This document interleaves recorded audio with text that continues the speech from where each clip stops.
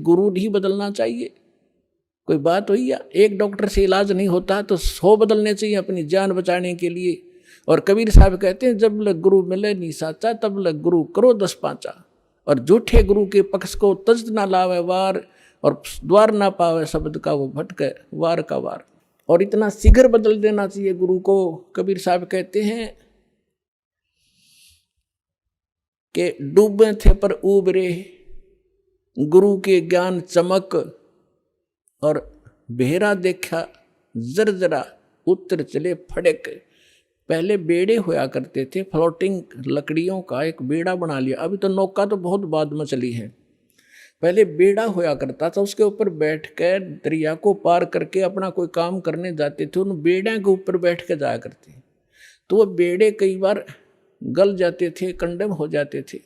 तो जब परमात्मा कहते हैं कि जिस साधना को आप कर रहे हो, जो गुरु की, जिस गुरु के जहाज में आप बैठे हो, उसका जब आपको उसके सामने दूसरा जो बिल्कुल ओके बेड़ा आ गया, नौका समझ लो आप, बेड़ा तो नहीं समझ में होगा। अब एक नौका है जिसमें आप बैठे हो, उसके अंदर सुराख हो गया है और जल उसके अंदर घर कर रहा है, अंदर प्रवेश करना शुरू कर दिया है। और उसके बराबर में दूसरा कोई और सही ओके नौका रख देता है, साथ में खड़ा कर लेता है, और वो कहता है कि भाई तुम डूबोगे, इसमें आ जाओ। अब जिसने गुट्टी सूटी ला रखी होगी, नशा कर रहा होगा, तो ठीक है मौज हो रही है, वो तो डूबेंगे। और जिनको नशा नहीं है और उनको पता लग गया दोनों का डिफरेंस कि ये जल आ रहा है, तुम डूबोगे इसमें, तो वो जो जिनका नशा नहीं है वो तुरंत 1 सेकंड भी ना लावे, तुरंत कूद जाएंगे उसके अंदर।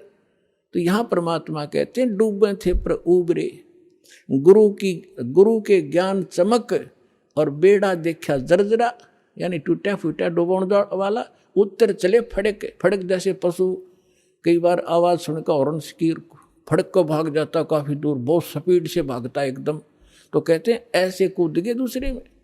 तो परमात्मा कहते हैं झूठे गुरु के पक्ष को तजत ना लावे वार, 1 सेकंड के अंदर बदल लेना चाहिए। और पुण्यात्माओं, आज इस विश्व में कोई गुरु नहीं है इस दास के अतिरिक्त। सतगुरु की तो बहुत दूर की बातें हैं, वो गुरु भी नहीं है। तो कबीर साहब कहते हैं गुरुआ गाम बिगाड़े संतो, गुरुआ गाम बिगाड़े, गुरुआ गाम बिगाड़े संतो, गुरुआ गाम बिगाड़े, ऐसे कर्म जीव कहला दिए, ईब जड़े ना धाड़े।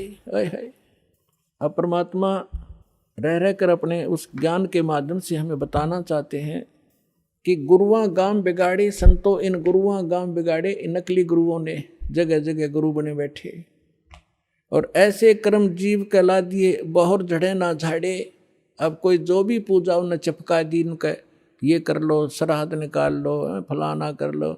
अब वो उनको छोड़ना नहीं चाहते, जबकि सारे शास्त्र विरुद्ध साधनाएं हैं। अब क्या बताते हैं, पाहन को परमेश्वर कहते, या नंदा बड़ी भारी, या को मोह को समझ पड़ी है पूजा दी अगारी। जो हड़का जल भर कहलाए, चरणामृत ठहराए, और जड़ के चरण धो के दिन ने फिर चेतन को फिर पाए।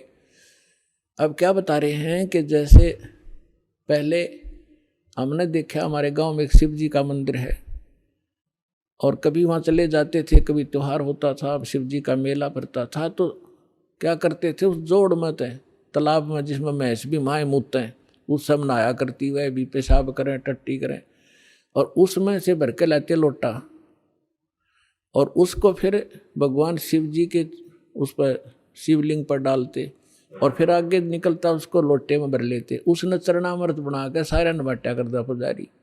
परमात्मा कहते हैं कि जो हड़का जल भर के लाए तालाब से, और चरणामृत ठहराए, और जड़ के चरण धो के प्याए, उस पत्थर की मूर्ति के चरण धो के प्याए, और जड़ के चरण धोकर दीने चेतन को फिर पाए। चेतन को प्याओ जड़ की जो पत्थर के चरणों का चरणामृत।